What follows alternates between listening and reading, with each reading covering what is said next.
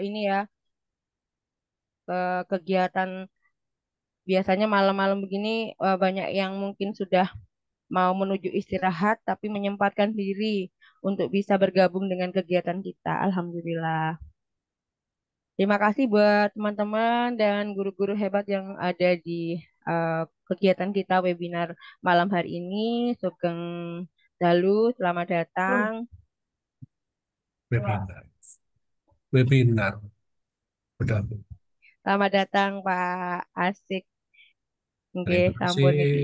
eh, atas waktunya. Monggo dilanjut dulu. Nggih.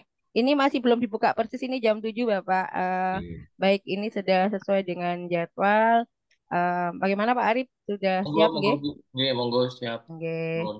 Eh, dengan mengucap nyun izin, mohon izin Pak Asik, Pak Hairul dan Pak Arif Firman dan Bapak Ibu sekalian, Bapak Ibu guru hebat dan luar biasa pada malam hari ini, izinkan saya Bu Neti, nama lengkap saya Neti Sriwiyanti sebagai moderator pada kali ini mau membuka kegiatan webinar eh, yang diselenggarakan kerjasama dari SMK Negeri 1 Bondowoso, kemudian dari LT LTNU, ya, Lembaga Literasi dari Nahdlatul Ulama Bondowoso, dan dari narasumber kita yang luar biasa dari eh, Bapak Muhammad Hairul dan Bapak Arif Firmansyah. Dengan bacaan Bismillahirrohmanirrohim, webinar kegiatan bedah buku dan proses kreatif eh, saya buka dengan bacaan Bismillahirrohmanirrohim. Pak Arif, eh, dengan kegiatan kali ini, semoga kegiatan kali ini menjadikan wadah kegiatan kita di komunitas belajar, terutama untuk di PMM dan di lingkungan kita di SMK, bersama SMK di Bondowoso. Untuk yang pertama, menyanyikan lagu Indonesia Raya. Monggo Pak Arif.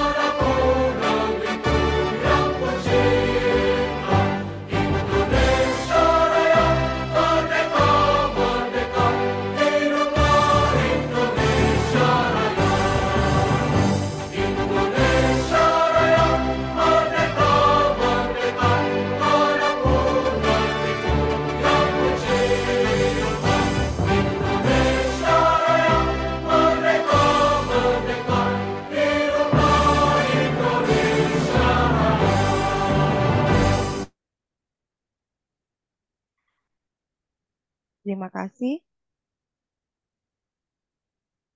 Setelah menyanyikan lagu Indonesia Raya, izinkan saya terlebih dahulu eh, membuka kegiatan ini dengan berpantun Bapak Ibu.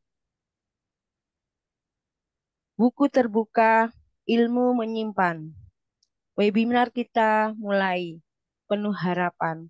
Mari bergabung, mari berbahagia, menyelami isi, mendalami makna. Sekian, kita lanjutkan berikutnya. Bapak Kepala Sekolah, Bapak Asik Sulaiman, SPD MPD untuk memberikan opening pada kegiatan webinar kali ini. Pada Bapak Asik Sulaiman SPD MPD sebagai Kepala SMK Negeri 1 Bondowoso, pembina kegiatan webinar kali ini dipersilahkan. Oke. Terima kasih. Wassalamualaikum warahmatullahi wabarakatuh. Terima kasih moderator Bu Neti yang sudah memberikan waktu kepada saya. Yang saya hormati para narasumber yang sangat-sangat luar biasa ini. Yang pertama Bapak Muhammad Hairul, Ketua LTNU Bondowoso. Terus yang kedua narasumber Bapak Arif Firmansyah dari Perdiprovi, ya, Persatuan Kaprodi, Broadcast dan Perfilman di Jawa Timur. Ibu Bapak yang saya hormati, Alhamdulillahirrahmanirrahim, disyukur kehadirat Allah Subhanahu wa Ta'ala di mana webinar hari ini bisa terlaksana dengan baik. Yang pertama, saya menyampaikan terima kasih kepada moderator sudah meluangkan waktu kita bisa berbagi ilmu di forum ini sehingga nanti kita bisa belajar bareng di mana bedah buku atau proses kreatif di sini sangat diperlukan untuk kita semua karena apa? Biasanya untuk proses mengawali menulis ini saya yakin, saya percaya untuk mengawali kadang-kadang butuh Hari tenaga Batik. yang luar Ayo, biasa. ayo.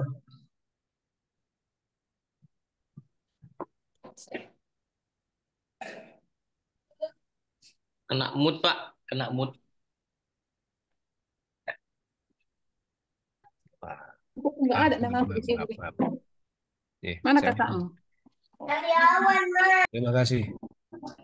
Yang saya hormati moderator dan narasumber yang sangat luar biasa. Terima kasih sudah meluangkan waktu sehingga kita bisa sharing, bisa belajar sehingga nanti proses webinar bedah buku dan proses kreatif untuk penulisan ini sangat bisa bisa di belajar bareng-bareng. Ibu Bapak yang saya hormati, dengan pengalaman saya dulu untuk mengawali menulis memang butuh pemikiran yang luar biasa. Tetapi bagi orang-orang yang sudah terbiasa menulis, itu merupakan hal yang gampang. Nah, ini kita punya teman-teman yang sangat luar biasa di bidang proses kreatif untuk menulis. Nanti bisa ditularkan kepada kita-kita semua peserta webinar ini, sehingga nanti kita bareng-bareng bisa melakukan penulisan. Literasi di sini sangat dibutuhkan. Salah satu contoh saja, saya juga paling tidak saya pamer juga, ya. Saya memiliki salah satu buku, Cara Asik untuk Mengelola SMK. Insya Allah pada tahun 2024 kemarin, ya 2004 awal, saya menerbitkan itu di mana beberapa kegiatan-kegiatan yang sudah saya lakukan di sekolah-sekolah yang lama itu saya tuliskan di dalam buku. Dan itu merupakan upaya-upaya yang sudah saya lakukan untuk meningkatkan kualitas dan kuantitas dari pembelajaran yang ada di sekolah kita. Bahkan kemarin saya pernah sharing dengan Pak Arif, saya akan menulis, menceritakan perjalanan dari mulai awal karir saya sehingga nanti akan dijadikan buku. Nah, itu nanti apabila sudah bisa diterbitkan, itu merupakan hal yang sangat-sangat luar biasa dan nanti bisa dibaca oleh orang banyak. Itu tidak saja sebagai buku, tetapi bahan literasi dari ibu bapak semua, sehingga nanti bisa digunakan untuk sharing pengalaman yang sudah saya lakukan. Mungkin ini merupakan hal yang tidak luar biasa, tapi bagi saya merupakan hal yang sangat-sangat luar biasa, sehingga kegiatan kita bisa berjalan dengan baik. Demikian, Ibu Moderator, saya terima kasih. Bisa saya akhiri. Wassalamualaikum warahmatullahi wabarakatuh. Waalaikumsalam warahmatullahi wabarakatuh. Matur nuwun Pak Bapak Asik atas ini opening bagi kami di berkegiatan. Matur nuwun sangat sudah bisa hadir dan memberikan ini motivasi ke depannya buat kami eh, Bapak Ibu guru yang hebat. Selanjutnya mari kita tunggu menu makan kali ini dari narasumber-narasumber yang hebat. Di antaranya ada Bapak Muhammad Hairul, SPD MPD, beliau Ketua LKNU Bondowoso, kemudian eh, beliau juga adalah instruktur literasi nasional, beliau juga adalah bertugas selain sebagai guru, beliau merupakan kepala SMK SMPN Suradami. Bagaimana beliau bisa menjadi atau bisa bergabung dan bisa memberikan ilmunya kepada kita pada malam hari ini proses kreatif penulisan buku. Narasumber yang kedua juga nanti Bapak Arif Firmansyah STSN. Beliau adalah eh, ini punya kreativitas juga banyak segudang ini ya komunitas-komunitas diantaranya Perbrovi di Jawa Timur. Kemudian beliaunya juga adalah kombel komunitas juga di eh, guru penggerak. Beliau juga merupakan guru SMK Negeri 1 Bondowoso. Tidak menunggu lama Bapak Ibu guru yang hebat. Mungkin Pak Asik mungkin mungkin ada kegiatan, monggo bisa bisa bergabung dengan kami atau bisa eh, tidak berada di sini. Monggo. Terima kasih. Matur nuwun sangat Bapak Asik. Eh, Berikutnya, mari kita sambut narasumber kita, Bapak Muhammad Hairul. Apakah sudah siap? Saya bertanya terlebih dahulu. Ya, Bu Neti, selamat Oh malam. iya, selamat malam. Sudah ini Bapak sudah siap, nggih? Bisa saya Ya, nggih, nggih. Saya persilahkan Bapak Muhammad Hairul untuk menyampaikan dan membagi ilmunya pada kita semua pada kesempatan malam hari ini. ambil bakat. Dipersilahkan. Baik, terima kasih moderator Ibu Neti, Ibu dan Bapak sekalian yang saya hormati. Assalamualaikum warahmatullahi wabarakatuh.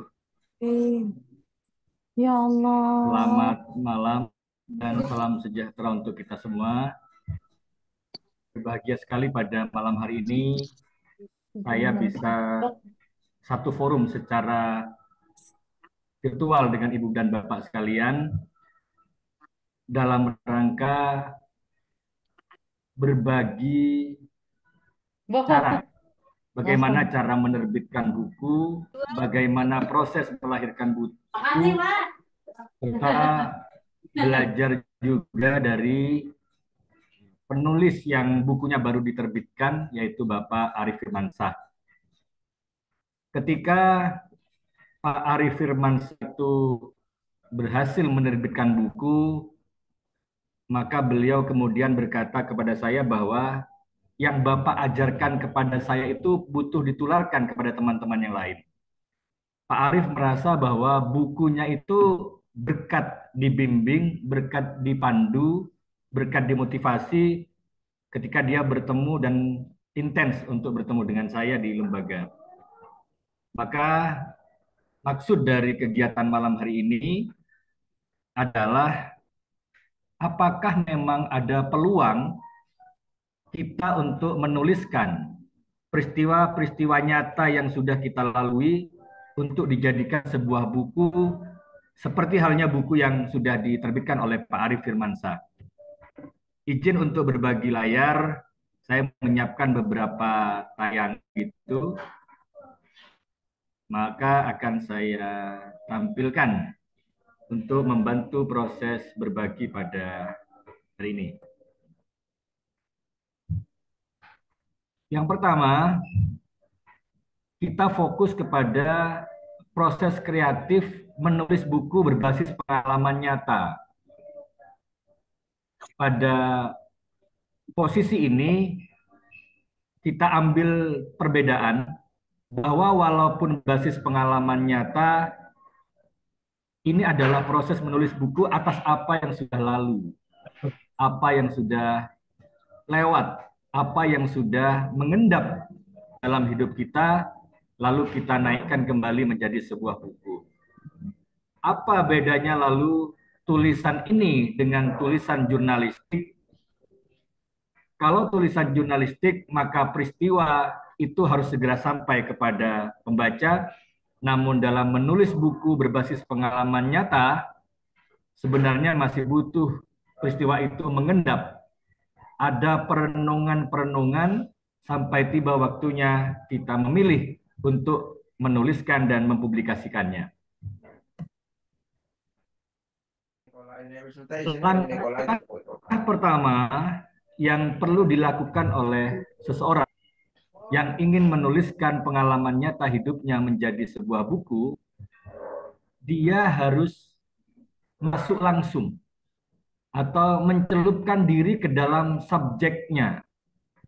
Dia harus memilih dirinya menjadi tokoh hampir pada keseluruhan poinnya.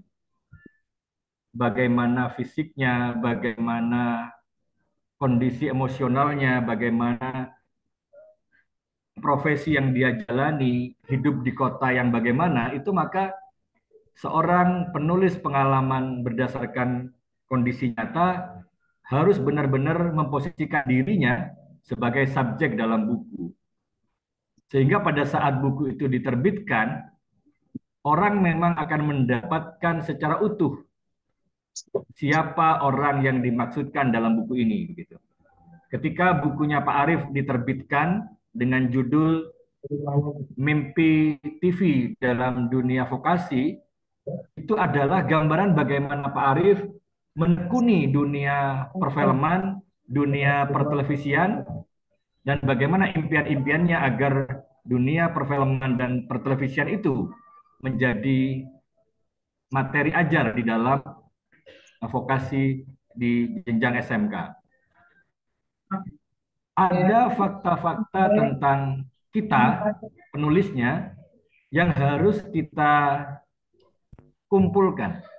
Kita identifikasi diri kita, sehingga nanti melalui tahapan-tahapan penceritaan, maka secara utuh, tokoh itu adalah kita yang kita tuliskan menjadi sebuah buku. Agar deskripsi tentang diri kita itu komplit, maka ada pertanyaan-pertanyaan yang bisa membantu. Siapa saya? Saya adalah guru SMK. Siapa saya? Saya adalah guru yang mengampu mata pelajaran broadcasting misalkan. Apa saja yang sudah saya lakukan selama ini untuk menekuni dunia perfilman itu? Kapan saya memulai menekuni dunia perfilman itu? Di mana saya memperoleh inspirasi? Di mana saya memperoleh pendidikan sehingga dunia perfilman menjadi bagian dari diri saya? Mengapa saya memilih untuk bergabung, menekuni, dan menyebarluaskan ilmu ini kepada pihak-pihak lain? Bagaimana proses perjuangan saya menjalani bidang ini?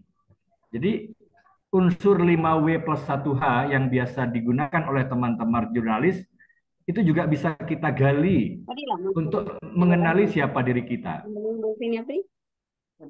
Lalu tambahkan, anehkah? Punya anehkah apa? Apa keanehan kita? Apa keanehan dari peristiwa yang kita lalui selama ini?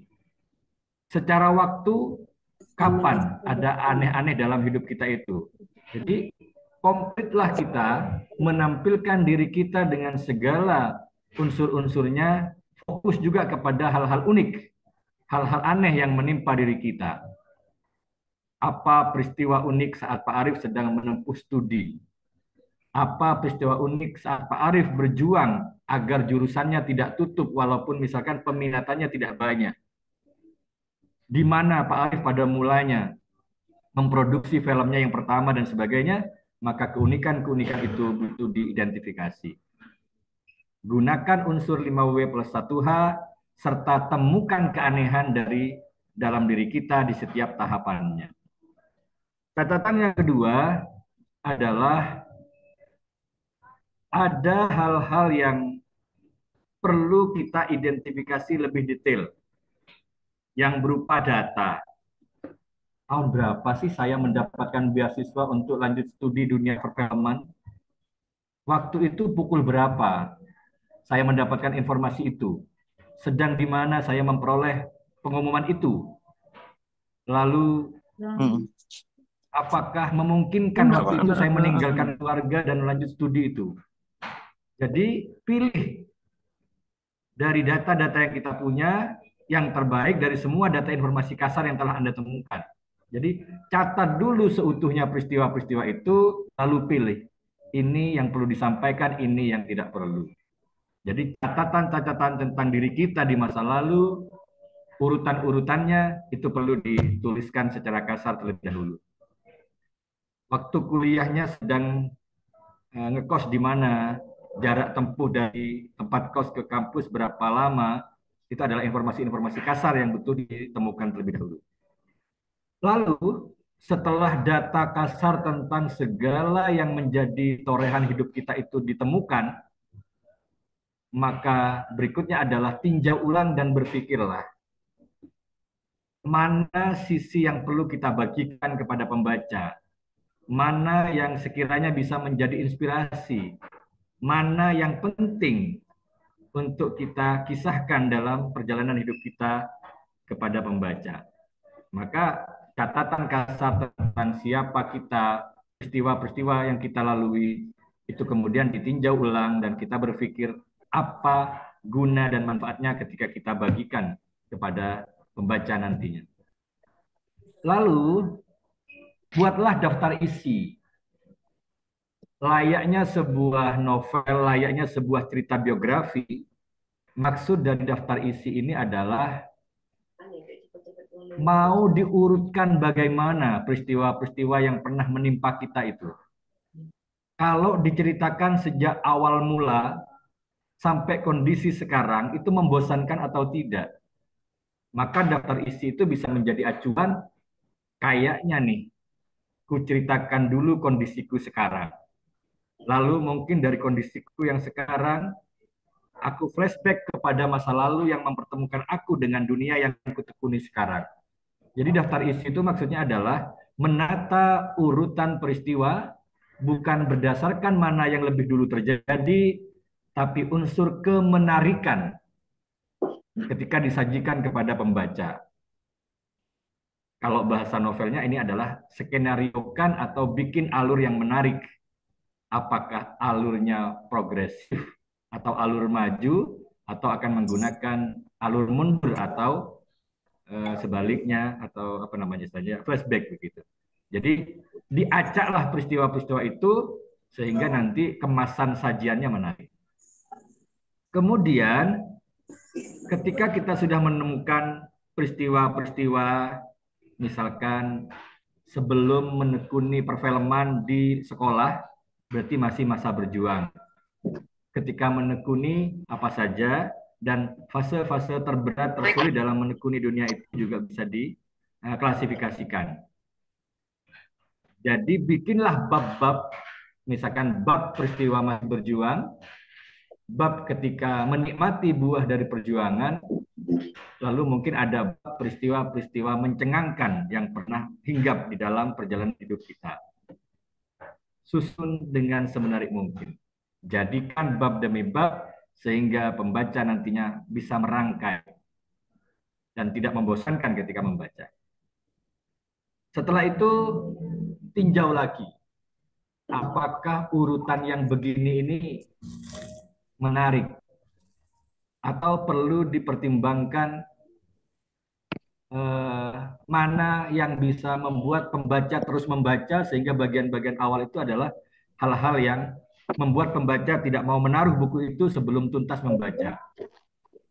Adakan revisi juga kepada naskah, jangan sampai masih banyak salah ketik, jangan sampai ada diksi-diksi yang kurang tepat.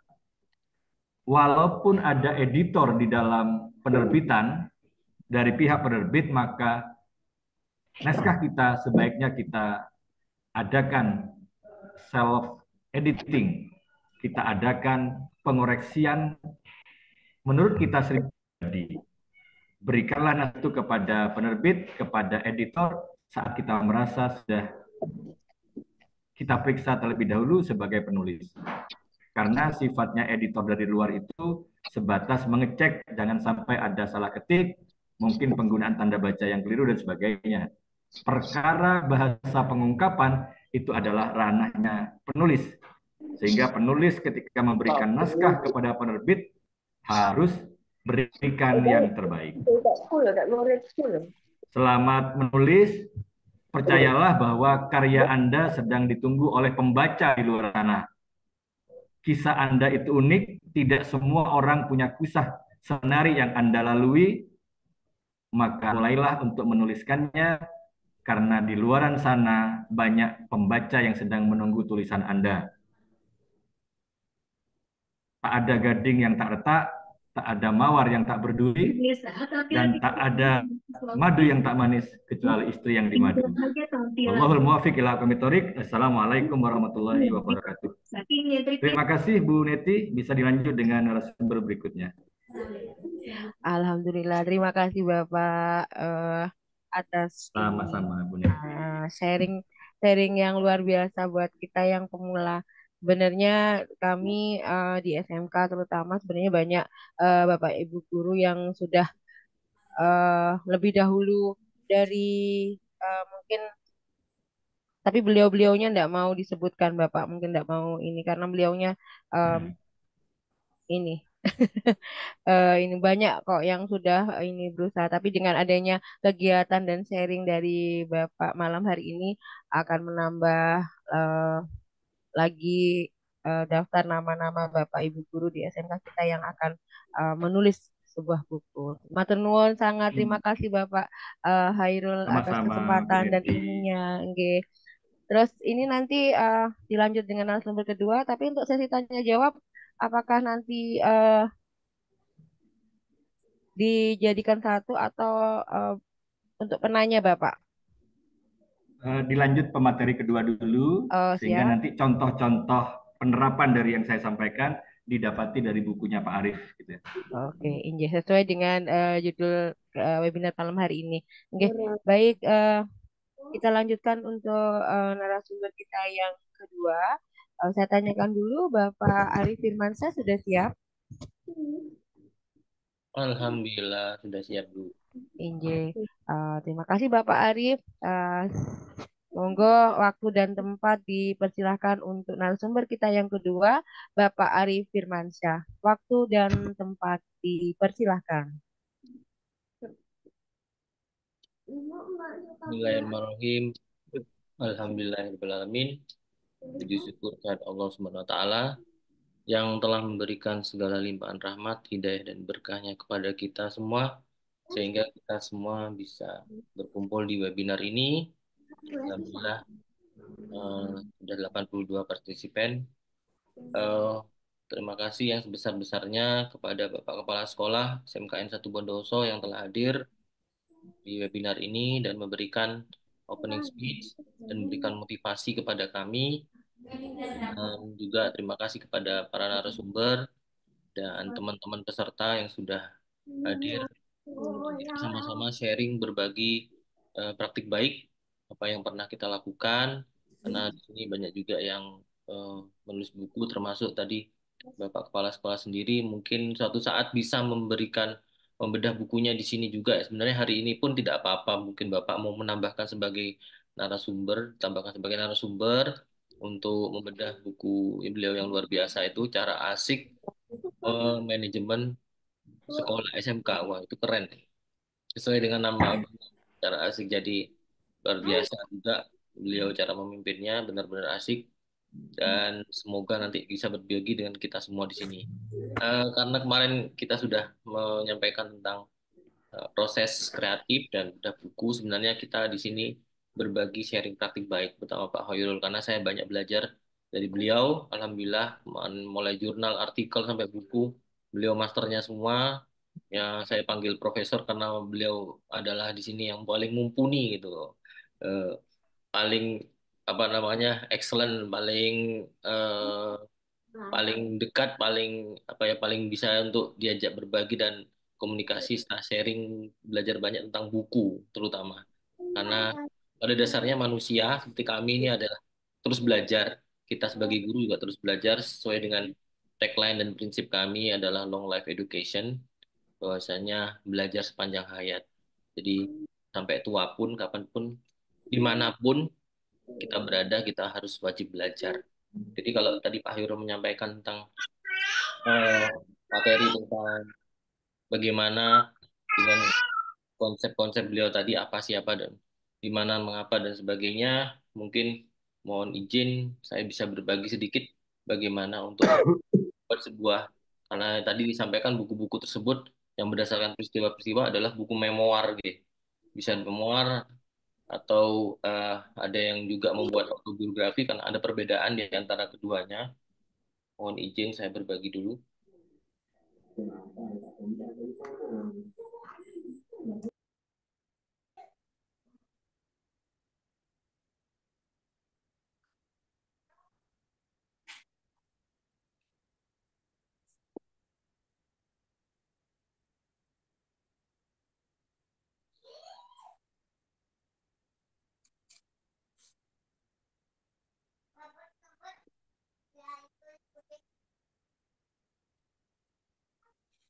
Mohon izin berbagi, jadi sedikit yang saya ingin berbagi kepada teman-teman bahwasanya menulis sebenarnya bisa sangat mudah dengan tip and tricksnya Pak Khairul tadi, karena pada dasarnya manusia memiliki memoir atau memori dalam perjalanannya masing-masing, kumpulan peristiwa-peristiwa tersebut, kemudian kita kumpulkan menjadi sebuah memori di dalam sebuah buku.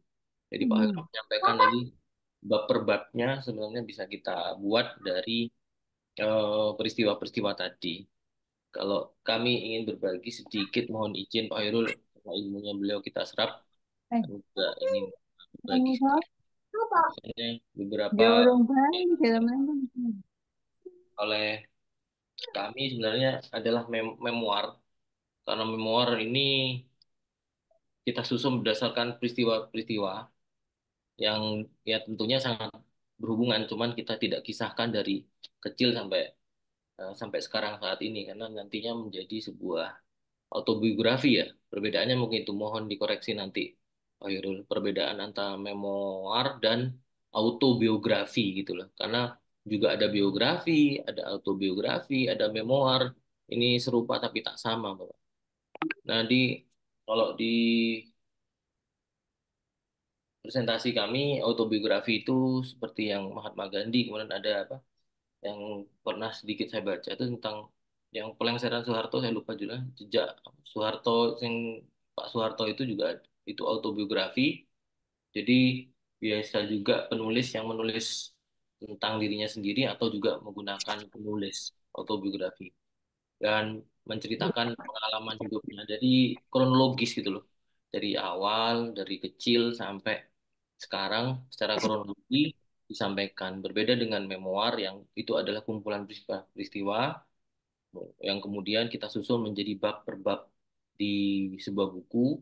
Kalau saya membeli rumusan kemarin waktu bikin itu, eh, ini kalau autobiografi teman-teman, kisah hidup. Jadi autobiografi berisikan kisah hidup seorang mulai awal kelahiran sampai dari kanak-kanak hingga masa kini. Kemudian kalau kumpulan peristiwa kita sebut sebagai memoir yang memuat satu kisah atau peristiwa yang sangat penting dari penulis atau pelaku. Kemudian eh, kita sudah mengetahui bahwasanya buku fiksi dan non fiksi. Jadi kalau memoir, kemudian eh, autobiografi adalah buku non fiksi, sedangkan buku fiksinya adalah cerpen komik, cerita bergambar.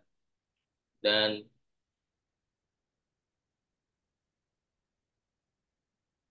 sebenarnya kalau kami kemarin menyusun buku ini, itu saya mencuplik sedikit dari ilmu produksi film, bahwasanya kita menemukan ide pokoknya dulu, menemukan premis. Kalau di film itu premis adalah kalimat perundungan si penulis naskah.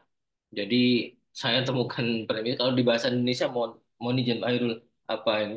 Kalau di kami di produksi film itu adalah kita menemukan premisnya dulu. Premis itu nanti bisa kita dapatkan di perjalanan kita di antara eh, kita kecil sampai besar. Jadi di mana peristiwa yang akan kita buat itu. Jadi kalimat perundungan naskah dibuat dalam sebuah kalimat, kemudian premis itu kalau kami kemudian kami kalau buat kita generate jadi sebuah ide sebenarnya. Sebuah tema protagonis atau penulis yang actionnya ngapain? Actionnya yang jadi yang actionnya ngapain? Dari beberapa action itu kan jadi muncul tema per bab, jadi berdasarkan base true story, jadi dari lingkungan, kejadian perjalanan itu kita kumpulin semua jadi sebuah tema-tema yang mau diceritain, jadi bab-bab. Jadi penulis ini saya pribadi menentukan dulu bab-babnya sebagai arahan Pak Hairul kemarin itu. Jadi saya benar-benar buat dulu bab by babnya apa dulu, tanpa ada ceritanya dulu, mana dulu yang peristiwa-peristiwa saya kumpulin untuk dijadikan sebuah buku dulu. Jadi sudah ketemu bab-babnya, baru nanti kita tulis. Atau Pak Hairul kemarin memberikan saran bahwasanya langsung satu bab ditulis itu boleh. Jadi saya kumpulin dulu kejadian bab-babnya. Kemudian saya buat dari tulisan-tulisan bab-bab itu kan masih berupa kalimat-kalimat yang tidak efektif. Kemudian saya buat jadi tulisan judul-judul yang efektif, yang punya ada hooknya, ada punchnya, yang ada punchnya, ada hooknya itu saya taruh di depan. Jadi membuat penulis atau pembaca maksudnya itu curiosity. Jadi ada apa ya rasa keingintahuan dulu pada awal cerita gitu. Apa dulu yang kita taruh di bab-babnya itu. Jadi dan kita juga gunakan formula ini. Jadi kalau di memor. Jadi babak itu diawali dari ketika saya ingat pertama kali apa kuliah di Jakarta. Nah, itu setiap eh, setiap kejadian-kejadian itu kita mulai dengan formula saya ingat apa. Itu nanti kita bisa brainstorm, kita bisa kita bisa anu lagi apa namanya kembangkan lagi. Kita kembangkan lagi diawali kata-kata ini. Kita buat per bab. Jadi memudahkan kita untuk kita bercerita sebenarnya. Karena memoir ini kan kita tidak runtut ya, tidak kronologis dari kecil sampai kita sekarang berceritanya, tapi peristiwa-peristiwa itu. Jadi yang saya ambil di formulanya itu kejadian-kejadian tadi, peristiwa yang saya sudah tentukan di bab-babnya itu, kemudian saya buat kata-kata ini untuk memudahkan saya meneruskan tulisan saya gitu. Di sini ada contohnya, ada saya buat call out. Ini call outnya kalau yang bab pertama semuanya kata-katanya masih belum efektif waktu kuliah mendapat beasiswa pas bulan puasa. Kemudian dosen-dosen praktisi mengajar pengalaman produksi ini masih kata-katanya masih belum efektif, belum kita pilih menjadi tulisan di bab tersebut, maksudnya judul di bab tersebut. Baru kemudian setelah kita tentukan ini, kita buat di sini, kita jadikan. Pokoknya yang pertama, kalau yang pertama adalah waktu kuliah beasiswa di pas bulan puasa. Saya buat menjadi lebih efektif kata-katanya. Yang ada hook-nya, ada punch-nya, membuat curiosity mungkin tak disangka awal puasa mendapat beasiswa. Nah, seperti ini. Kemudian yang kedua dosen-dosen yang pasti yang mengajar. Saya jadikan lagi itu efektif diajar oleh dosen praktisi dunia dan film dan televisi. Jadi itu bab by bab saya buat eh, menjadi lebih efektif judulnya. Nah, tentunya dari struktur yang ini kita kemudian junta posisi. Jadi junta posisi apa bahasanya kalau junta posisi itu kita boleh taruh bab-babnya itu tidak hanya di yang ini, yang pertama ini tak disangka ini di pertama, atau yang diajar dosen ini di dua, tapi kita bisa jungta posisi. Berdasarkan rumusannya Pak Hoyrul, jadi mana yang memunculkan tadi kan tadi apa namanya alur maju, alur mundur dan sebagainya, flashback dan sebagainya, taruh di depan atau taruh di belakang itu tadi. Jadi jungta posisi bab tuh. Jadi menempatkan bab demi bab dengan memperhatikan struktur pada bab yang berguna sebagai punch-nya, curiosity atau hook-nya, istilah kayak sekarang lagi viral tuh kan, kita bikin TikTok itu punch-nya itu kan di depan. 3 detik, 4 detik pertama di awal supaya orang nonton tuh kan harus di depan. Jadi sama juga di buku, mungkin yang paling menarik yang membuat curiosity orang kita taruh di depan dulu. Apa itu yang apa namanya bab mana yang akan kita pilih untuk itu, teman-teman. Jadi ada sebuah kata-kata kenapa kita menulis, akhirnya kita tergerak menulis. Sebenarnya menurut Pramudia Anantanur, ini yang bisa saya cuplek bahwasanya orang boleh pandai setinggi langit, tapi selama dia tidak menulis, ia akan hilang di dalam masyarakat dari sejarah. Menulis adalah bekerja untuk keabadian. Ini Pramudia Anantanur.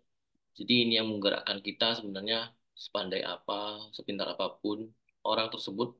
Jadi jika dia tidak menulis, maka dia akan hilang dari sejarah dan keabadian. Yang terakhir,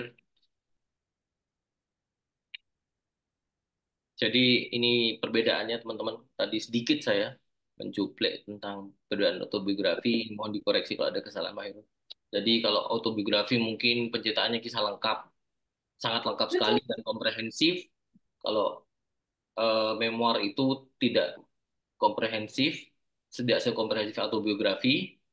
Kalau autobiografi itu kisah hidup dari kecil sampai, kemudian kalau memoir itu tidak kronologis, jadi kumpulan peristiwa-peristiwa itu aja yang diceritain. Kemudian autobiografi itu berdasarkan peristiwa sepanjang kehidupan penulis. Kalau eh, memoir ini lebih kepada pengalaman penulis, apa yang menempatkan prioritas penulis terhadap peristiwa tersebut, pengalaman apa. Kemudian yang terakhir, autobiografi tidak pada fakta. Bis sudah Jong. Eh, kalau memoir lebih ya karena memori yang berdasarkan landasannya ingatan. Meskipun pakai fakta juga pasti, tapi lebih banyak memori mana yang akan diceritain. Mungkin itu dari kami. Mungkin itu Bu Neti sedikit karena kita belum tanya jawab, mungkin bisa lebih intens lagi dengan bertanya jawab karena mumpung ada pakarnya di sini. Itu sedikit berbagi praktik baik kami. Semoga nanti kepala-kepala sekolah dan teman-teman yang lain bisa di sesi ini kita bersama-sama untuk sama-sama bisa membedah bukunya masing-masing. Itu luar biasa dan bisa menarik, lebih menarik. Terima kasih. Sekian dari kami. Apabila ada kurang lebihnya, kami mohon maaf yang sebesar-besarnya. Wassalamualaikum warahmatullahi wabarakatuh. Waalaikumsalam warahmatullahi wabarakatuh. Alhamdulillah, terima kasih Bapak Arif Firmansyah atas ini sharing bedah bukunya. Mungkin ada ini nggih sesi tanya jawab mungkin dari teman-teman.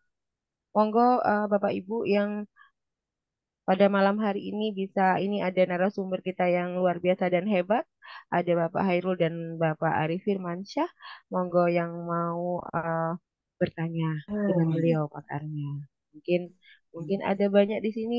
eh, saya sebagian kalau yang bondowoso tahu banyak Bapak Ibu yang punya buku. Mungkin nanti bisa di sharing-sharing di kesempatan kali ini berbagi tentang buku-buku Bapak Ibu. Monggo.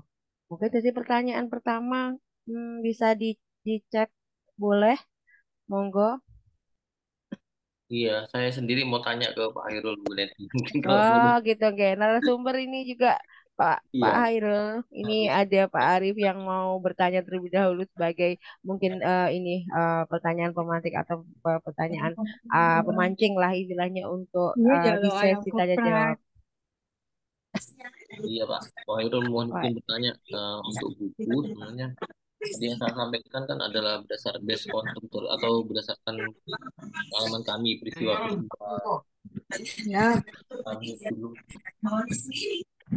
Ah, tadi kan ada semacam punch atau hook apa istilahnya kalau Pak Heru kemarin peristiwa yang membuat ketertarikan di awal untuk membaca ke selanjutnya kita taruh di depan Pak ya. Ah, apakah struktur itu eh, maksud kami Terus yang datang dapat sertifikat tidak boleh juga kita pakai struktur kita sesuai dengan memori kita aja tidak menggunakan itu tidak harus yang memiliki punch atau hooknya yang di depan itu tapi kita buat semacam kayak autobiografi tadi itu penuntutannya hampir sama gitu tapi peristiwanya loncat-loncat gitu Pak jadi mungkin itu sih itu jadi ini kan saya akhirnya bikin untuk kemarin oh mana dulu yang taruh di depan ya gitu akhirnya gitu sebenarnya tidak ingin begitu langsung kita tulis aja begitu Pak berdasarkan peristiwa seperti tadi terima kasih Pak Assalamualaikum warahmatullahi wabarakatuh. Monggo Pak Hairul. Bapak Hairul masih bersama kami nggih? Pertanyaannya Ya, Pak Bu Arif Neti, nggih, siap-siap. Monggo, masih Bu monggo Neti langsung menyimak. nggih. Oh ini nanti Eh, ada, mohon maaf, mohon izin nanti berikutnya ada sepertinya rasain Bu Wuri nih. Bentar nggih, Bu Wuri ini Bapak Hairul menjawab pertanyaan dari Pak Arif cuman sah dulu. Nggih. Monggo Pak. Nggih. ya, terima kasih Bu Neti. Ketika bentuk tulisan yang kita pilih adalah menuliskan kisah dari pengalaman nyata yang kita lalui, maka sebenarnya penulis itu punya keleluasaan untuk mengemasnya, terutama ketika dianggap buku itu hanya sebatas ingin mendokumentasikan perjalanan hidup. Namun, ketika buku kita anggap sebagai media komunikasi, maka unsur pembaca itu harus menjadi perhatian. Kita sedang menggalakkan gerakan gemar membaca. Ketika buku yang kita terbitkan dan disebarluaskan itu tidak dikemas dengan menarik, maka ternyata kita jugalah yang membuat mereka di luar sana tidak gemar membaca karena menganggap buku yang terbit itu tidak dikemas dengan baik. Maka psikologi pembaca itu perlu menjadi bayangan bagi seorang penulis. Buku ini sasarannya dibaca oleh siapa, sehingga pada saat sedang menikmati buku ini, kira-kira dia kesulitan atau tidak. Kecuali sebatas ingin mendokumentasikan perjalanan hidup diri yang tidak untuk dipublikasi dan disebarluaskan untuk diperjualbelikan. Boleh jadi rendahnya minat untuk membeli buku, rendahnya minat untuk membaca buku, karena pembaca kita sering dikecewakan oleh buku yang dia beli, kemasannya menarik, tapi ternyata ketika dibaca membuat pembacanya bingung begitu. Maka ketika kita ingin terlibat memproduksi bahan bacaan, tolong pertimbangkan dengan sungguh-sungguh siapa calon pembacanya. Jangan bombastis di cover, jangan bombastis di endorse yang ada di cover. Kalau sekiranya itu bisa membuat banyak orang akhirnya tidak lagi gemar membaca karena kecewa, tidak lagi tertarik untuk membeli buku karena kecewa.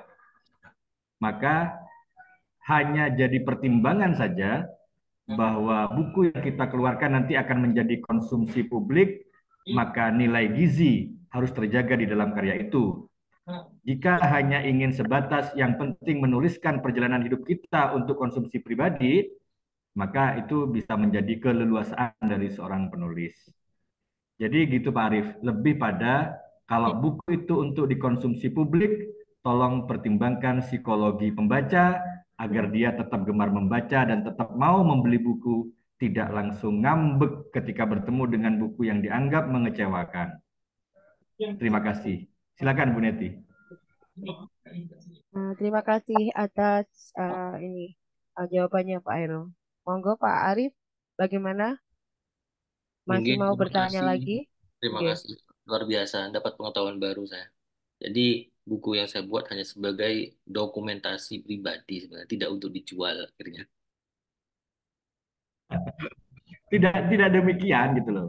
Maka kan kalau saya punya sesi diberi kesempatan bertanya, yang akan saya tanyakan adalah katanya bukunya sudah terbit, mana kok saya belum ditunjukkan, teman-teman yang ikut webinar ini tidak ditunjukkan gitu loh. Pak Arif ini sebenarnya sedang saya antar untuk menunjukkan bukunya mana. Katanya sudah terbit, saya diajak untuk webinar, ternyata nggak ditunjukkan. Iya, itu betul itu. Ayo, Pak Arif, ini tunjukkan bukunya. Kemarin Dengan sempat ini Pak Hairul, foto-foto dengan teman-teman dengan bukunya. Dan saya kebetulan kemarin juga mau diajak foto di ruang guru. Kebetulan saya lagi flu berat, jadi saya tidak sempat untuk foto. Maunya sih mau saya minta, bukan hanya di foto saja. Monggo Pak Arif, ada Oke, pertanyaan lagi? untuk cetakan selanjutnya sudah habis, tinggal 2 buku ini, Pak. Oke. Ada yang bertanya itu Bu Anu, monggo selanjutnya. Oke, Terima kasih oke, Pak oke. Irul Di pencerahannya. Pak Ismail juga ada di chat itu juga. Pak Aris cukup nggih. Nanti berlanjut di sesi yang berikutnya atau di Swadarat ketemu Pak Hairul. Makasih Bapak Hairul. Ini ada eh, sepertinya raise hand Bu Wuri. Monggo Bu Wuri, dipersilahkan untuk bertanya. Baik, terima kasih. Izin off cam ya Bu, karena ada kegiatan juga di sini. Ya, Nggih, nggih Bu, monggo monggo terima betul kasih. Assalamualaikum warahmatullahi wabarakatuh. Waalaikumsalam Assalamualaikum. warahmatullahi wabarakatuh. Ya, ini sebetulnya pertanyaannya untuk dua narasumber ya Bu, karena dua narasumber ini orang-orang hebat yang kreatif sekali dalam menciptakan karya-karya yang patut dicontoh oleh saya, khususnya guru. Kebetulan saya ngajarnya di SLB, Bu, satu instansi dengan adik. Ya, begini Bu, yang jadi pertanyaan, ingin sekali sebetulnya untuk bisa menulis tentang anak-anak didik saya yang berkebutuhan khusus. Cuman kan kendalanya belum ada acuan yang pas bagaimana sih untuk menulis buku yang bisa banyak peminatnya seperti itu, mungkin dari kerangka penulisan atau judul yang menarik itu masih masih bingung. Selama ini masih masih belum ada gambaran sama sekali.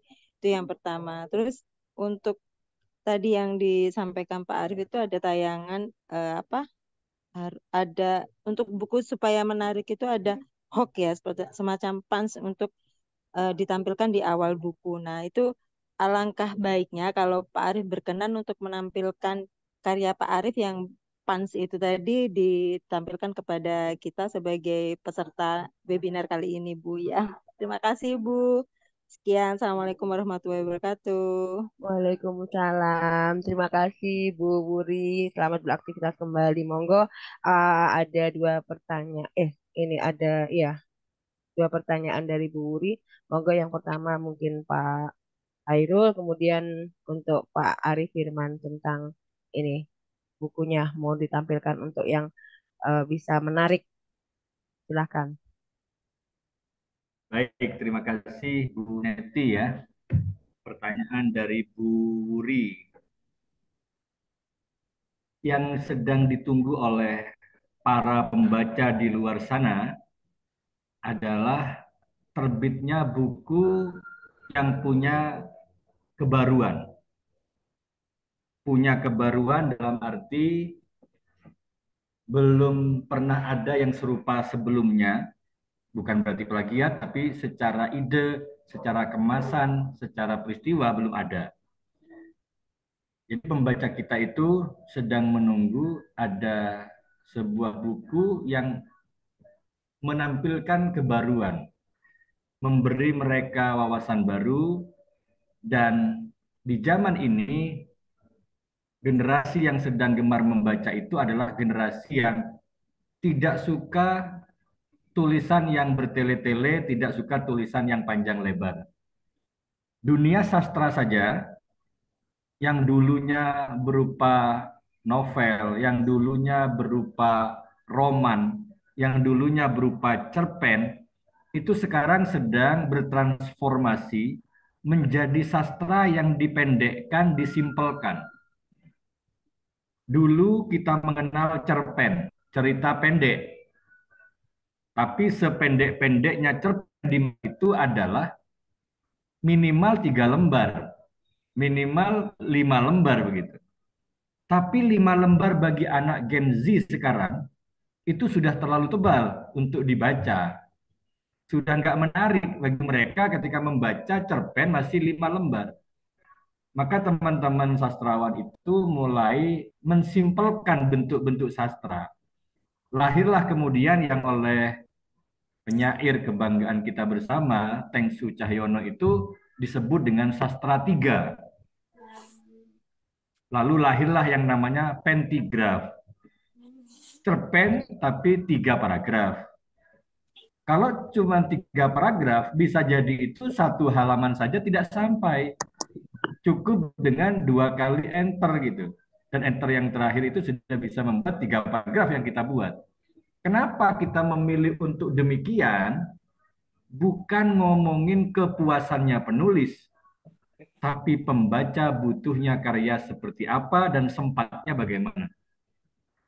Generasi era ini tidak lagi haus hiburan, tidak lagi sulit untuk menemukan manfaat dari banyak hal di luar sana tanpa harus berlama-lama dengan buku. Maka penulis harus memahami psikologi pembaca itu, berikanlah sajian yang tidak terlalu bertele-tele, namun tetap memberikan daya hentak gitu. Kalau saya bilang menyebutnya ada ketakjuban yang mereka akan dapatkan walaupun sebatas membaca 3 paragraf. Jika 3 paragraf saja masih dirasa panjang bagi anak-anak generasi kekinian, lahirlah juga yang namanya Tatika, cerita 3 kalimat. Loh, tadi kan 3 paragraf. Masih ada yang bilang 3 paragraf itu terlalu panjang. Maka lahirlah sastra namanya Tatika, cerita 3 kalimat. Emangnya bisa Pak 3 kalimat saja itu menjadi cerita? Saya contohkan kepada Bapak Ibu sekalian. 3 kalimat yang dimaksudkan dan bisa jadi membentuk cerita bagus dan mencerdaskan penonton atau pembaca. Kalimatnya begini. Pagi ini aku sedang membaca koran pagi. Sorry, paginya berulang. Pagi ini saya sedang membaca koran. Seorang perempuan jadi korban pembunuhan yang sangat sadis.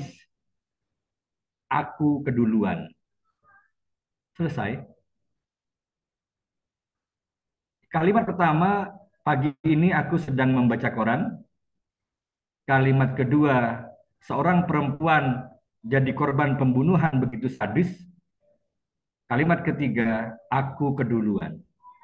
Pernah saya cobakan pada murid-murid saya di sekolah waktu saya masih jadi guru. Mereka imajinasinya begitu liar. Keduluan itu maksudnya kan penulisnya mau membunuh juga perempuan itu, tapi ada yang mendahului. Lalu timbullah di benak mereka, serupa apa karakter perempuan ini, sampai ketika dia sudah dibunuh dengan sadis oleh orang lain, jadi pemberitaan di mana-mana, ada orang yang masih berkata, aku keduluan. Ingin membunuh juga, tapi sudah orang lain melakukannya.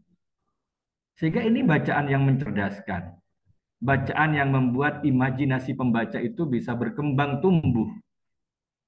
Pembaca sekedar jadi penikmat, tapi pembaca bisa membuat cerita-cerita versinya masing-masing dengan pancingan cerita 3 kalimat. Dan masih banyak jenis-jenis lainnya nanti yang bernuansa sastra tapi dipendekkan. Jadi kalau cerpen aja sudah 3 kalimat, cerpen aja sudah 3 paragraf, apalagi puisi nanti jadi berapa baris gitu. Maka jangan kaget kalau anak-anak bilang, ikan hiu pegel-pegel, I love you girl gitu ya. Maka pantunnya juga makin pendek gitu. Bu Nur Haifi Alfiah, saya pantau dari tadi, sangat menikmati sepertinya penjelasan yang saya sampaikan, dan ikan hiu pegel-pegelnya membuat beliau ngakak gitu ya. Terima kasih, demikian Bu Neti. Salam kenal Bu Nur Haifi. Injih. Terima kasih Bapak Hairul. Wah, luar biasa ini. Kok ikan hiunya pegel-pegel nih ya. Jadi anak-anak kita yang sudah Gen Z ini jadi I love you girl ya. Jadi kayak gitu. Oke. Eh, mungkin itu jawabannya dari Pak Hairul untuk ini. Mungkin ini selanjutnya ke narasumber kedua, Bapak Arif. Monggo Bapak Arif untuk pertanyaan Bu Wuri yang tentang ini Pak. Eh, Nggih. Terima yang kasih. Hokpen itu. Oke. Nggih. Terima kasih Bu Ri, luar biasa. Karena saya juga masih belajar untuk bikin punch atau hooknya yang di depan. Jadi saya tampilkan dulu. Mungkin saya akan tanya balik ke Bu Ri, kira-kira dari bab-bab ini mana yang menurut Bu Ri itu menarik gitu. Eh, saya tampilkan dulu. Nih, sudah tampil nih. Kebetulan kami menerbitkannya di Sudah Pak, sudah bisa ya, tampil. kebetulan Oke. menerbitnya kami di lisensi di Pak Hoirul juga sebagai apa Pak ya tergabung di lisensi juga. Jadi kalau membuat buku nanti bisa konsultasi Buri dengan Pak Hoirul nanti minta nomornya ke Ibu moderator atau dituliskan di kolom chat Pak Hoirul supaya teman-teman nanti bisa sharing dengan Pak Hoirul. Eh, ini sekedar berbagi, bentar. Ini buku kami. Kalau menjawab dari pertanyaan Buri tadi, nah ini bab-bab yang kami tuliskan. Untuk Bu Wuri, dari bab satu, bab 2, bab 3 ini, yang paling menarik akan dibaca dulu yang mana?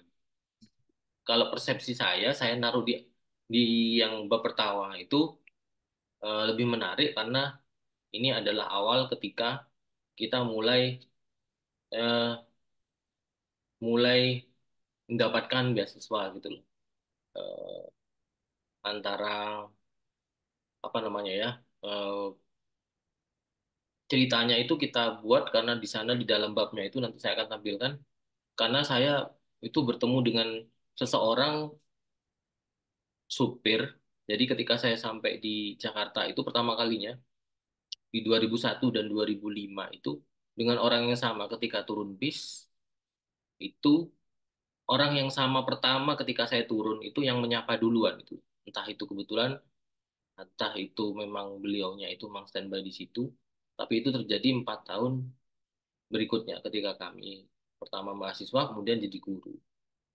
Dan di situ kami tuliskan uraian ceritanya lengkap ketika kami di Jakarta. Tapi pembaca sebenarnya tidak melihat itu, tapi judulnya. Nah, ini yang saya tanyakan dulu ke Bu Yuri. Mohon dijawab Bu Yuri. Dari sabab 1, 2, 3, 4, 5 ini, 6, ini yang paling ingin dibaca dulu yang mana, Bu Yuri? Menurut Bu Yuri, ketertarikan terhadap judul di bab ini. Terus ke bawah Bapak, coba ke bawah lagi.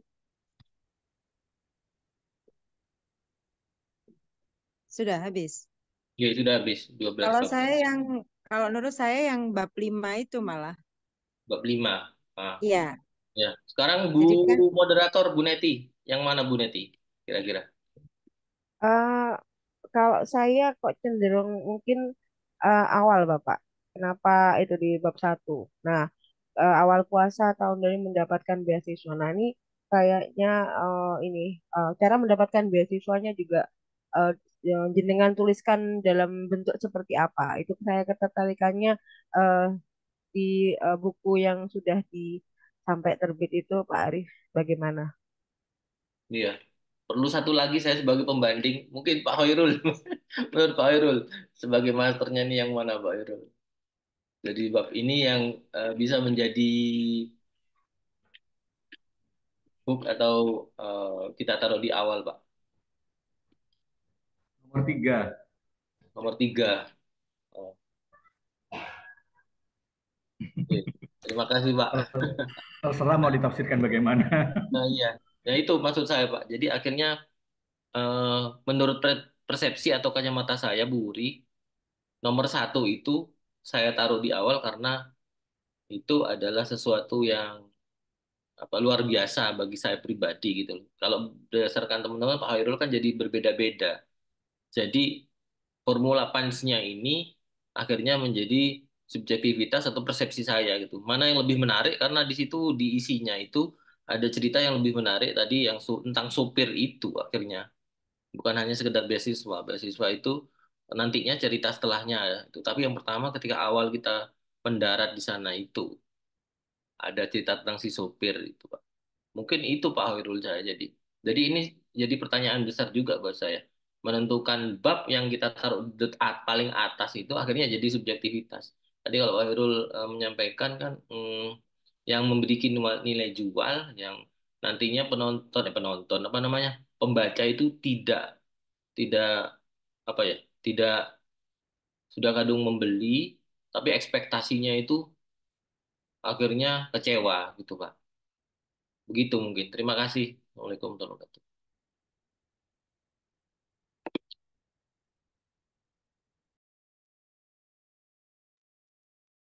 Oke, cukup Bu Wuri, monggo. Mungkin bisa disampaikan alasan dari kita masing-masing ya kenapa memilih bab itu yang menjadi hooknya di awal buku. Mungkin ada beberapa pendapatnya gitu mungkin. Mungkin dari Ibu sendiri mungkin gimana kok milih bab berapa tadi? Bab 1 ya sama dengan Pak Arif ya? Nggih, bab 1. Iya. Nggih. Mohon izin, mungkin kalau saya ya Bu Wuri berpendapat. Jadi kenapa saya memilih yang bab 1 ditaruh di depan dengan judul puasa tahun 2025. Puasa, dari kata-kata puasa di depan itu artinya bahwa dalam keadaan bagaimanapun, terutama dalam kondisi kita berpuasa, akhirnya apa-apa yang kita inginkan, yang kita harapkan, ternyata diijabah juga akhirnya. Mungkin pertama itu yang ditulis Pak Arif tadi, saya melihat ini di bedah buku Pak Arif ya, itu menginginkan beasiswa. Nah, akhirnya berkat doa-doa dengan adanya berpuasa menyebabkan eh, bisa terwujud keinginan-keinginan yang terpendam dari Pak Arif. Akhirnya eh, terkabullah namanya beasiswa. Itu mungkin dari saya Bu, atau entah gimana. Iya, ekspektasinya jadi liar. Lalu isinya Iya. tidak ada tentang itu. Tapi kan boleh ya. Akhirnya Iya, berandai-andai. Membaca. berandai-andai ya. Berandai-andai ya. Monggo, Oh izin kalau saya Bu ingin berpendapat ya. Ya, monggo, milih yang monggo Bu. bab 5 itu kan begini, karena saya sebagai guru ya, eh, kan berarti momen momen langka gitu loh. Kalau misalnya sampai bisa di studio TV itu kan suatu momen langka. Jadi kalau saya pertama misalnya beli bukunya Pak Arif gitu ya, itu yang ditaruh di depan. Ini jadi guru itu juga bisa apa namanya bisa tampil di studio TV seperti itu. Jadi menarik gitu loh. Apa yang bisa mengantarkan kita sebagai guru untuk bisa tampil ke sana. Nah, itu pemantiknya mungkin seperti itu. Mungkin dari saya tapi itu Bu. Monggo kalau mungkin dari Pak yang siapa? Yang satunya Akhirul, Pak nama tuh. Ya, Pak Irul. Akhirul, nggih. Bisa Oke. Bu, monggo. Mungkin pengalaman pertama tampil di TV gitu, nggih. Gimana ya Nah, ya. rasanya gitu di depan kamera gitu, nggih. Nah, itu mungkin. Nggih. Monggo mungkin dari Pak Hairul. Oke, terima kasih Bu Neti.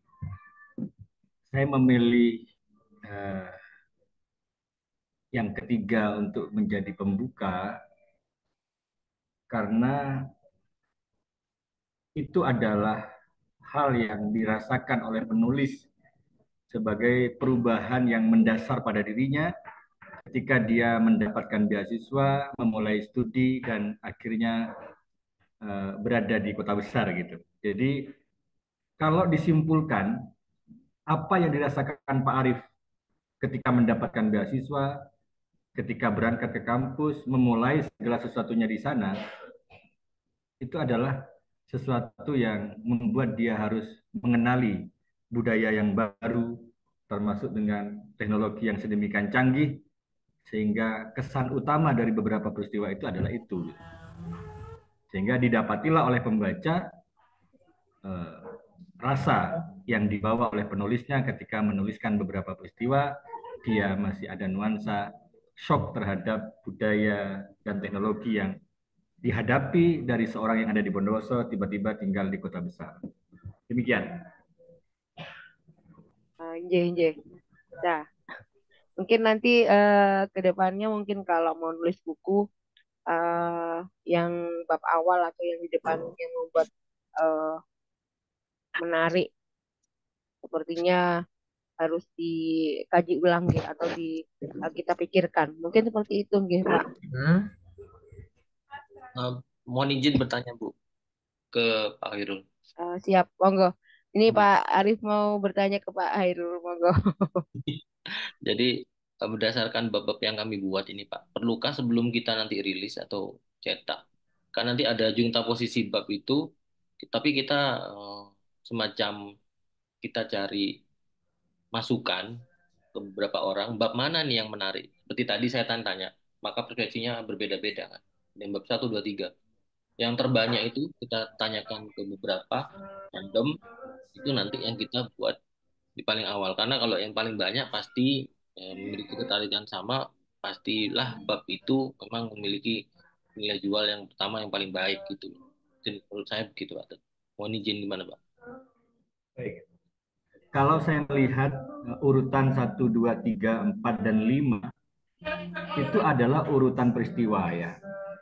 Jadi dapat beasiswa, lalu beradaptasi dengan kotanya, beradaptasi dengan budaya dan teknologi yang ada di sana, bertemu dengan dosen, lalu masuk ke stasiunnya Trans TV, misalnya itu adalah masih peristiwa yang runtut. Sepertinya dasar pada saat mengurutkan itu sebatas urutan peristiwa begitu. Kalau dari 5 peristiwa yang ditampilkan tadi itu ingin diambil simpulnya, berarti peristiwa-peristiwa itu adalah peristiwa-peristiwa yang dirasakan membuat kejutan. Dapat beasiswa itu kejutan, tiba-tiba harus tinggal di kota besar itu kejutan, budaya orang-orang di sana dan teknologinya membuat kejutan, bertemu para dosen dan praktisi perfilman, pertelevisian itu kejutan,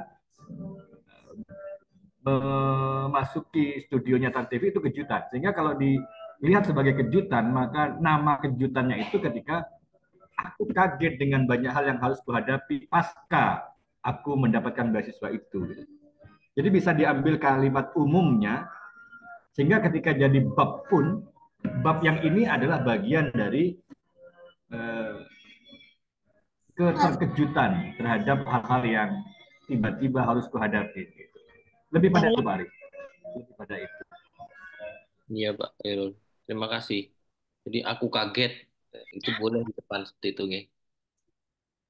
Tapi karena kita menggunakan bahasa penulis, apakah bisa tuliskan penulis kaget terhadap bla bla bla bla tadi itu, Pak? Bla bla bla bla. Uh, dalam dalam tulisan berbentuk memoir atau berdasarkan pengalaman nyata, tokoh tokoh penulis itu menjadi tokoh dalam cerita gitu. Jadi gunakan saja kata aku. Aku mati berdiri membaca kertas yang kuterima misalnya. Jadi kemasannya bisa lebih naratif gitu Pak Arif. Jadi dibuka langsung dengan kayak tanda petik 2 mengungkapkan hampir saja aku mati berdiri karenanya. Untuk mengungkapkan kekagetan, keterkejutan atas peristiwa yang tidak terduga itu. Ini nih gaya penyampaiannya boleh naratif seperti karya sastra, namun bahan-bahan yang diceritakan bahan-bahannya adalah peristiwa nyata yang kita alami, pengemasan bahasanya bisa lebih sastrawi begitu.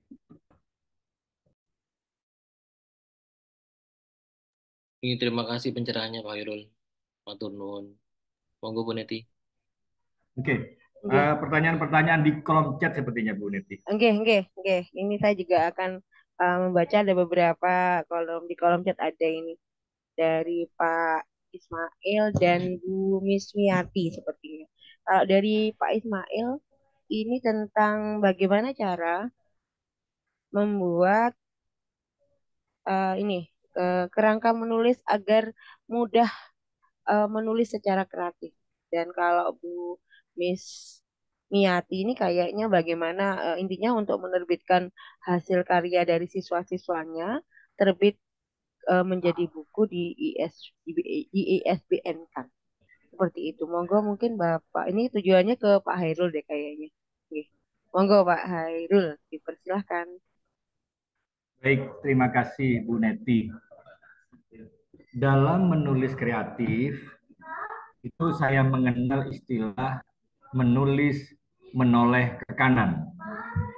Jadi kalau Bapak Ibu kadung memilih bentuk tulisannya bukan tulisan ilmiah, maka gunakanlah teknik menulis menoleh ke kanan. Bagaimana teknik menulis menoleh ke kanan? Ketika sudah mengetik satu kalimat, pikirkan langsung apa yang belum kuungkapkan. Maka semua ungkapkan dulu sebanyak-banyaknya. Jadilah murni sebagai penulis, jangan jadi editor dulu. Saya sering kali bilang bahwa kalau ingin jadi penulis, hal pertama yang perlu dilakukan adalah jadilah pembunuh. Siapa yang perlu kita bunuh? Editor yang ada dalam diri kita. Kadang kita baru nulis satu kalimat, editor dalam diri kita berkata, kok jelek ya? Kok kayaknya tidak pas ya? Baru satu kalimat, editornya sudah ngomentari jelek dan banyak hal. Kalau editor itu masih kita biarkan, kita tidak akan lanjut nulis. Maka seorang penulis, nulislah saja terlebih dahulu, editor bisa belakangan. Kalau tulisannya berbentuk tulisan kreatif, bukan tulisan ilmiah, toleh ke kanan terus bahwa di kanan itu masih kosong, maka keluarkan apa yang belum diucapkan, keluarkan apa yang belum dituliskan. Beda dengan menulis karya tulis ilmiah. Kalau menulis ilmiah, tulisan kita itu harus menoleh ke kiri. Apa maksudnya? Kalimat sebelumnya kayak apa sih? Kan sebelah kiri tuh. Misalkan kita bilang, banyak terjadi kekerasan di sekolah. Pertanggungjawabkan itu. Ingat terus kalimat pertama itu. Katanya siapa? Di mana? Mana buktinya? Itu harus kita pertanggungjawabkan. Toleh ke kiri kalau kita nulis karya tulis ilmiah, agar kalimat pertama yang kita gunakan bisa kita pertanggungjawabkan. Tapi kalau menulis kreatif, tolehlah ke kanan, bahwa di kanan itu masih banyak tempat kosong, keluarkan semua apa yang ingin kita ceritakan. Itu yang pertama. Untuk karya siswa dalam bentuk puisi, dalam bentuk pantun, kumpulan karya siswa itu sangat mungkin untuk diterbitkan, bisa keluar ISBN. Dan uniknya, di pengajuan ISBN yang sekarang itu tidak dicantumkan keseluruhan utuh sebagai penulis, tapi hanya diminta akan dicantumkan salah satu, lalu ditambahi dan kawan-kawan. Sehingga kalau jumlahnya banyak begitu, saya dulu di tahun 2021 begitu masa pandemi itu kalau menerbitkan buku karya siswa, itu bisa dituliskan nama komunitasnya. Nama komunitas sekolah itu misalkan gitu ya. Tapi sekarang itu penulisnya bukan komunitas, penulisnya adalah orang. Dan orang itu diambillah salah satu, lalu yang lain dan kawan-kawan. Tapi untuk nama-nama penulis yang ada di karya itu, boleh tetap dicantumkan di cover belakang, daftar nama penulis. Tapi kalau dicek di ISBN, adalah salah satu nama, lalu dan kawan-kawan. Jadi di daftar ISBN itu seolah-olah satu anak tok yang namanya tertera, dan kawan-kawan itu nggak ketahuan siapa, tapi di cover buku belakang bisa dicantumkan semua nama penulisnya. Demikian Ibu. Jadi yang penting ada naskah, maka bisa dihubungkan ke penerbit tertentu, maka penerbit yang akan mengupayakan ISBN-nya, kemudian bisa dilanjutkan ke tahap cetak. Demikian, terima kasih Bu Neti. nggih, terima kasih Bapak Hairul. Mungkin jawaban barusan bisa memberikan pencerahan buat penanya yang menanyakan tadi. Selanjutnya ada beberapa juga ini pertanyaan kelanjutan juga dari eh, Pak Ismail tadi. Kalau guru matematika misalnya ini Bapak, eh, kadang sulit menuliskan banyak kata karena memang guru matematika sulit merangkai kata. Beliau menyampaikan seperti itu. Ada juga ini pertanyaan khusus untuk Pak Arif.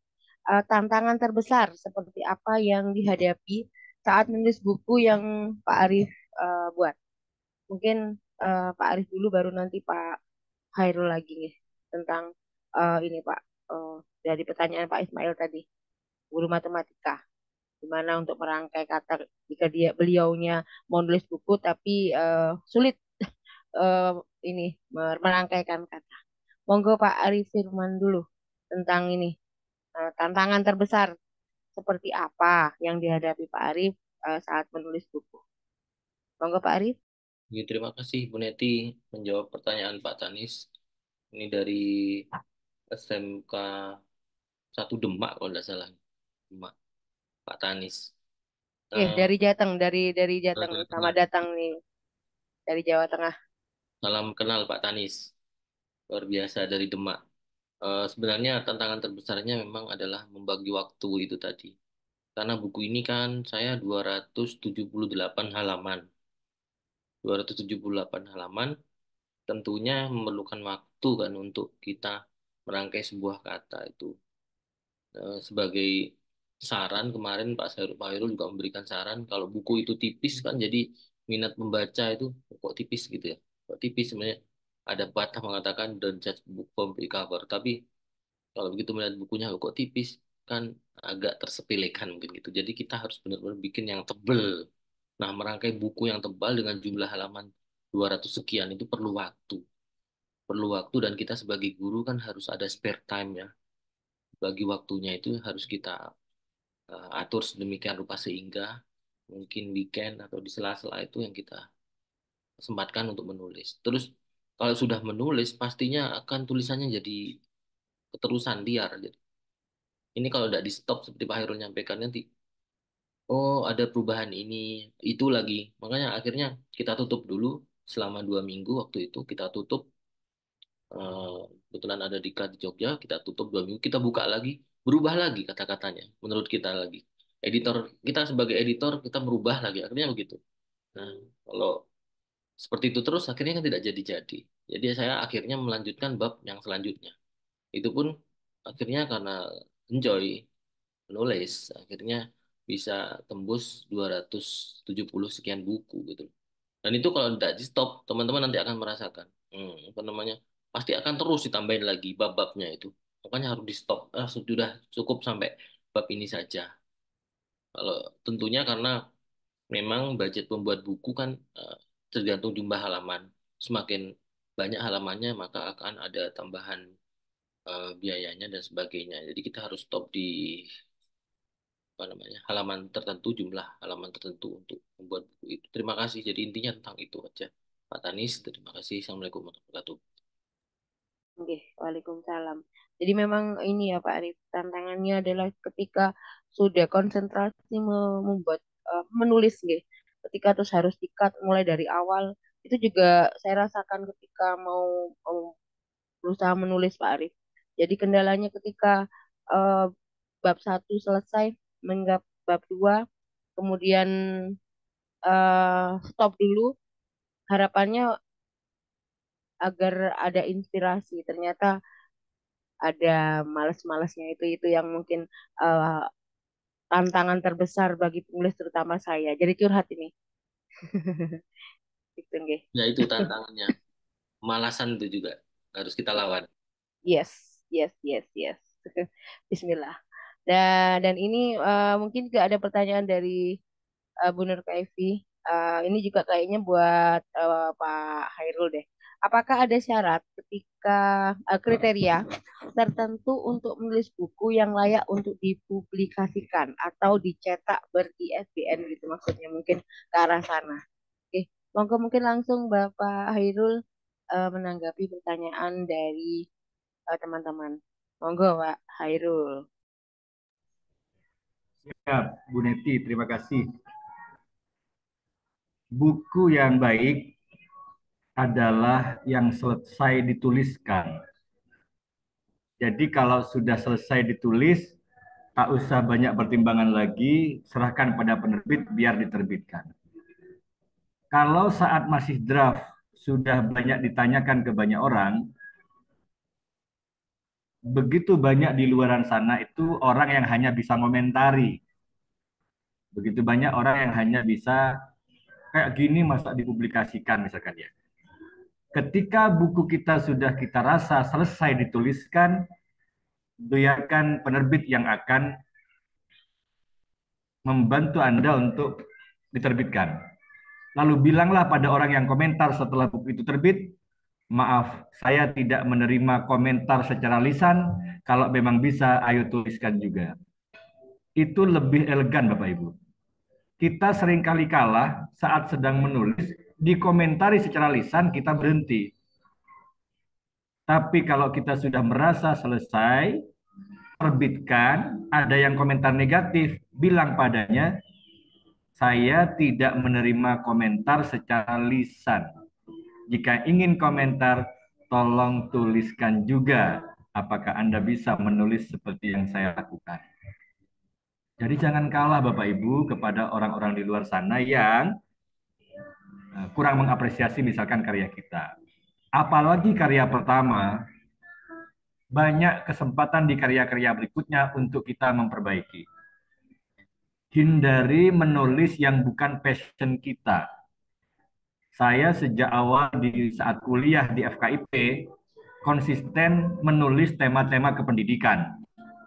Jangan tergiur tiba-tiba ingin nulis tentang politik. Karena bisa jadi ketika mencoba hal-hal yang baru yang bukan dunia kita, yang kita nggak tahu banyak tentang hal itu namanya kita bunuh diri. Jadi kalau guru matematika ingin menulis, ya silahkan berbicara tentang dunianya, atau menulislah tulisan-tulisan yang berupa tulisan kreatif, bersastra, bikin pantun, nggak apa-apa, perkara di dalamnya banyak kata-kata bilangan ya juga nggak apa-apa. Gitu. Satu, dua, kucing berlari misalkan gitu. Dan bisa jadi pantun juga itu kalau bahasanya Ipin-Ipin itu. Jadi silahkan pilih passion mana yang kita merasa nyaman dan banyak tahu tentang itu untuk kita perbincangkan, sehingga pada saat kita tuliskan, tidak terkesan oleh orang lain bahwa orang ini menulis apa yang dia tidak tahu. Jadi tulislah apa yang memang sudah kita ketahui, dan ketika sudah terbit, sampaikan pada orang-orang sekitar.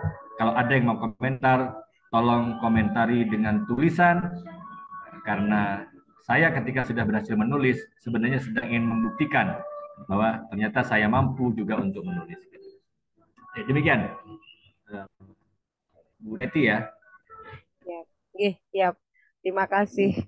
Eh saya baru mendengarkan jawabannya luar biasa. Terima kasih Bapak Hairul.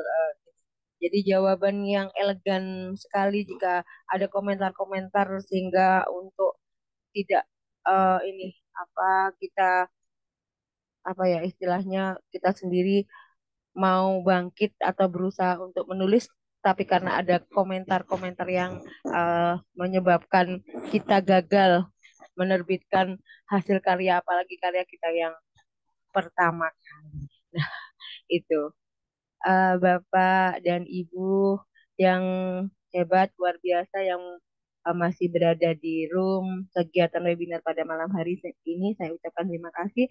Untuk absensi, nanti pada sesi akhir acara akan kami share untuk absensi itu eh, mohon ditulis dengan benar nama, kemudian instansi dan isian-isian dengan benar karena itu akan dijadikan tulisan di sertifikat yang akan terbit dan langsung terkirim pada email Bapak Ibu sekalian.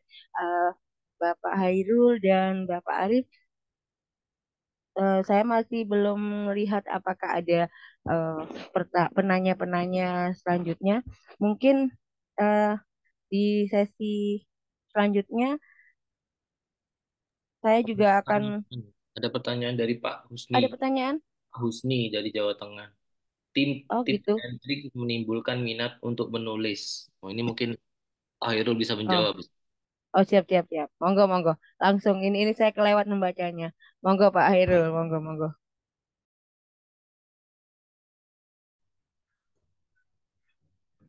Eh, tips dan trik untuk menumbuhkan minat untuk menulis ya. Apa yang kita tuliskan boleh jadi itu adalah sesuatu yang bermanfaat bagi orang lain yang sedang ditunggu-tunggu oleh pembaca. Jadi selama kita terus menunda, kasihan sekali para penunggu karya kita itu.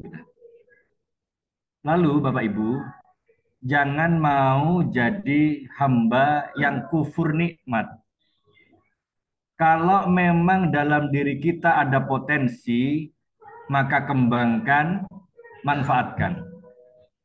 Ketika ada orang bilang dalam dirimu itu ada potensi untuk menulis, karena bahasamu tertata, kalimat-kalimatmu inspiratif, maka segeralah mencoba untuk menulis sebagai wujud syukur kita atas potensi yang Tuhan berikan. Jadi penilaian orang kepada kita bahwa kita kalimatnya bagus, pilihan diksi yang kita pakai saat ngomong atau nulis itu bagus, maka segeralah mencarainya dengan aku akan mensyukuri potensi ini, maka aku harus menulis karena aku tidak mau menjadi hamba yang kufur nikmat. Kalau Anda bukan anak seorang ulama besar, kalau Anda bukan anak seorang raja, maka menulislah. Karena dengan menulis, kita akan merasakan seolah-olah menjadi anak raja, seolah-olah menjadi anak seorang ulama besar, yang kata-katanya itu menjadi fatwa bagi para pembaca dan bisa mempengaruhi psikologi orang lain. Demikian, mudah-mudahan menjadi penyemangat. Jangan mau jadi hamba yang kufur nikmat, diberi potensi menjadi penulis tapi tidak pernah diasah. Terima kasih. Alhamdulillah luar biasa sekali pada malam hari ini narasumber kita Bapak Hairul dan Pak Arif. Eh, Boleh saya izin untuk bertanya ke Pak Hairul nggih? Ini kayaknya juga mewakili dari beberapa eh, Bapak Ibu guru mungkin. Pak Hairul Silakan, boleh? silakan Bu Neti. Nggih. Terima kasih untuk waktu dan kesempatan yang diberikan kepada saya. Saya sebagai moderator juga ini ada unek-unek sebentar sedikit. Bapak, sepertinya tadi ada beberapa Bapak Ibu yang ingin uh, menerbitkan hasil karya dari peserta didik berupa mungkin cerpen, puisi. Nah, ini Bapak dari kurikulum vitae yang kami terima yang ada itu bahwa bisa menerbitkan melalui uh, lembaga yang Bapak pimpin di LTNU nggih, Bondowoso nggih liwat seperti itu.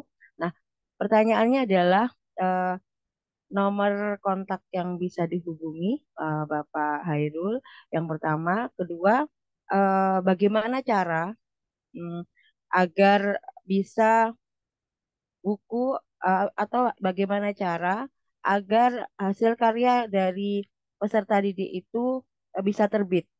Syarat-syaratnya Bapak, terutama syarat-syaratnya apakah harus ada syarat tertentu misalnya cerpennya itu eh, berapa kata, karakter, atau bisa jadi buku itu cerpen, kumpulan cerpennya itu eh, berjumlah berapa. Nah, itu mohon pencerahan, mohon petunjuk. Mungkin itu saja Bapak Hairul. Terima kasih sebelumnya. Ya, terima kasih Bu Neti. Untuk yang pertama,